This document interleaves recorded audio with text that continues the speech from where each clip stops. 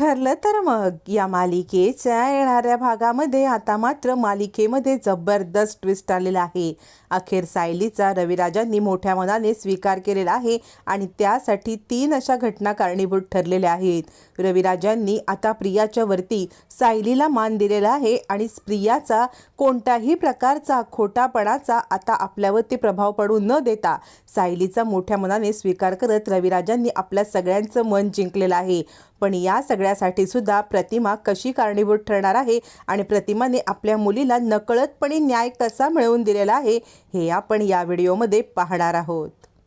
इकडे आता कुसुमला सायलीची काळजी वाटत असते, त्याच्यामुळे कुसुम सायलीला मध्ये मध्ये भेटायला येत असते आणि अर्जुनला खडे बोल सुनवत असते।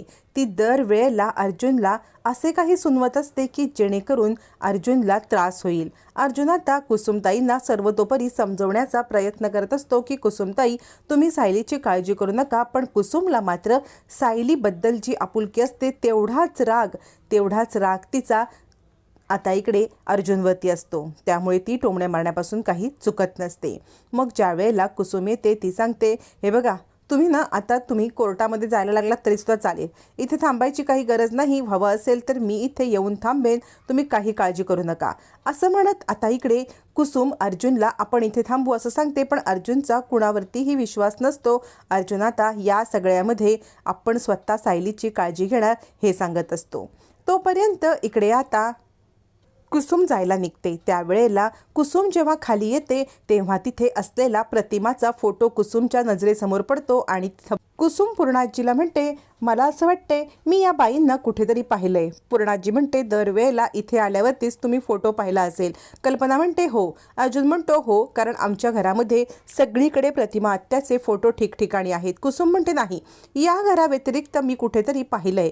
पूर्णाजी म्हणते, कुठे? आता थोडीशी आशा वाटायला लागते। त्यावरती कुसुम सांगते, मला असं वाटतंय, म्हणजे मला अस्पष्टच आठवत आहे की ज्या दिवशी ती बाई मला धडकली ना, त्या बाईला घेऊन मी हॉस्पिटलमध्ये गेले, मला असं वाटतंय की त्याच बाईचा चेहरा मिळता जुळता आहे। आता मात्र इकडे एक आशाची ठिणगी पेटते की त्या दिवशी जो ब्लड ग्रुप दिला होता तो सुद्धा प्रतिमाचाच ब्लड ग्रुप होता, म्हणजे ती बाई ती असण्याची शक्यता आहे।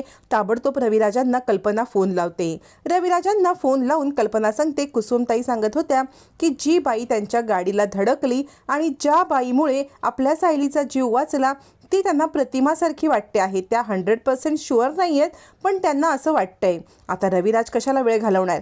रविराज ताबडतोब आता इकडे हॉस्पिटलमध्ये पोहोचतात। हॉस्पिटलमध्ये पोहोचल्यावरती रविराज सगळीकडे चौकशी करायला लागतात आणि त्यांना एक नर्स दिसते। नर्स दिसल्यावरती रविराज ताबडतोब तिच्याकडे येतात आणि म्हणतात, मला असं कळलेलं होतं की इथे त्या दिवशी जेव्हा एक ॲक्सिडेंट झाला होता सायली सुभेदार यांचा आणि त्यांना एका बाईने ब्लड दिलं होतं, तर त्या बाईला तुम्ही ओळखू शकाल का? असं म्हणत ते आता इकडे कल्पनाने सांगितल्याप्रमाणे प्रतिमाचा फोटो दाखवतात। प्रतिमाचा फोटो दाखवल्यावरती नर्स म्हणते, मी 100% खात्री नाही आहे, पण त्या बाईंनी चेहरा झाकला होता, पण मला असं वाटतंय त्या बाई साधारण अशाच दिसत होत्या। असं एवढी आशा रविराजांसाठी खूप असते। रविराज म्हणतात, तुम्ही नीट एकदा फोटो बघा।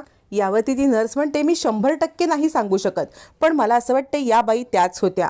आता रविराजांना खात्री पटते, कारण त्या बाईचा ब्लड ग्रुप आणि आपल्या प्रतिमाचा ब्लड ग्रुप एकच आहे, म्हणजे 99.99% तरी आता ती प्रतिमाच असेल असं त्यांना वाटतं। ते ताबडतोब पूर्णाजीला फोन करून ही गोष्ट सांगतात की नर्सने सुद्धा साधारण ओळख पटवलेली आहे।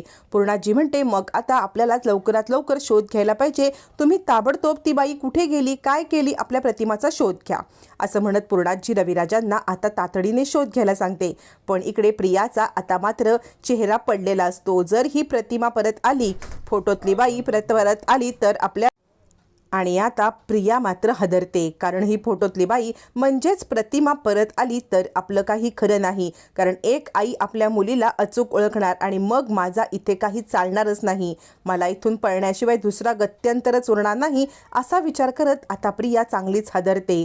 या सगळ्याशी कशी डील करायची, या सगळ्यातून कसं वाचायचं की इथून पळूनच जायचं हा विचार करत असतानाच इकडे पूर्णाजीने मात्र रविराजांना काहीही करून तुम्ही शोध घ्या असं सांगितलेलं असतं। अर्जुन आणि सायली हे दोघं जण सुद्धा आता याच कारणासाठी हॉस्पिटलमध्ये जायला निघतात. पूर्णाजी म्हणतात, तुम्ही दोघं जाऊन तिकडे काय करणार? अर्जुन म्हणतो, कारण सायलीला त्यांनी ब्लड दिलंय, म्हणजे सायलीला त्यांनी नातं जोडलेलं आहे. कदाचित रक्ताला नातं कळेल. मला असं वाटतंय सायलींचं जाणं तिकडे आवश्यक आहे. पूर्णाजीच्या मनात नसताना सुद्धा अर्जुन आता सगळ्यांच्या नाकावर टिचून तिकडे आता सायलीला हॉस्पिटलमध्ये घेऊन जायला निघतो. आता मात्र हॉस्पिटलमध्ये निघालेली सायली अर्जुनला रस्त्यातच थांबवते आणि देवळात शिरते. देवळात शिरल्यावरती सायली देवीकडे प्रार्थना करते की ज्या बाईने मला ब्लड दिलं त्या जर खरोखर प्रतिमा असतील ना आत्या, तर सगळेजण म्हणतायत की माझं प्रतिमा आत्यांसोबत काहीतरी कनेक्शन आहे. तर देवा, मला एवढंच फक्त मागणं आहे की प्रतिमा आत्यांना एकदा तरी आम्हाला भेट घडवून आण. प्रतिमा आत्यांची एकदा भेट घडवून आण. माझ्यामुळे जर प्रतिमा आत्यांची चुकामुक सगळ्यांसोबत झाली तर मला हे चालणार नाही. असं म्हणत सायली आता देवाकडे प्रार्थना करत असते आणि अखेर आता सायलीची प्रार्थना फळाला येणार असते. सायली प्रार्थना करते आणि देवी आईला सांगते, काहीही झालं तरी आमच्या प्रतिमा आत्या आमच्यापर्यंत परत आल्या पाहिजेत. असं आता प्रार्थना करताच इकडे पुजारी सांगतात, काळजी करू नका, सगळं काही ठीक होईल. देवी आईने सायलीची आता प्रार्थना ऐकलेली असते. तोपर्यंत इकडे अर्जुन आणि इकडे चैतन्य दोघं जण बाहेर वाट पाहत असतात सायलीची प्रार्थना होण्याची. तोपर्यंत रविराज सुद्धा बाहेर येऊन उभे राहतात. रविराजांना आपल्या बायकोला भेटण्यासाठी उत्सुकता असते आणि इकडे पूर्णाजी आता अस्वस्थ असते. काय झालं असेल, काय नाही, या सगळ्यामुळे तिला आता धक्का बसलेला असतो.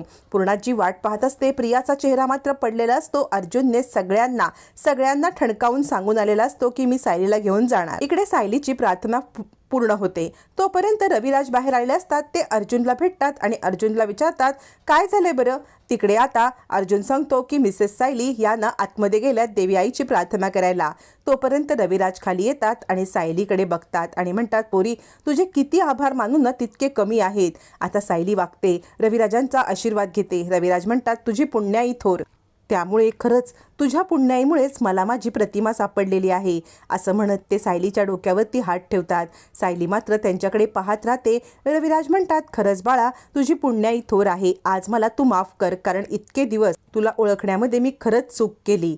आता मात्र सायलीकडे रविराज पाहतात. रविराजांकडे सायली पाहते. आता सायली आणि रविराज यांची दृष्टादृष्ट झाल्यावरती बाप लेकी एकमेकीला ओळखायला लागतात आणि रविराजांचा डोक्यावरती हात पडताच सायली भावूक होते. त्यांच्याकडे पाहायला लागते. रविराज म्हणतात, आज तुझ्यामुळे मला माझ्या प्रतिमा मिळण्याची एक अंधुकशी आशा लागली आणि 99% ती प्रतिमाच होती. बाळा, तू आजारी होतीस, तुला ब्लड द्यायला ती आली. मला नेहमी तुला भेटल्यावरती असं वाटतं की तुझं आणि प्रतिमाचं काहीतरी नातं आहे. बघ ना, माझी तन्वी सुद्धा मला तुझ्यामुळेच मिळाली, माझी प्रतिमा सुद्धा तुझ्यामुळेच मिळाली. खरंच मी तुझ्यावरती राग धरून ठेवायला नको होता आणि अर्जुनचं तुझ्यावरती प्रेम आहे हे मला उमगलेलं आहे.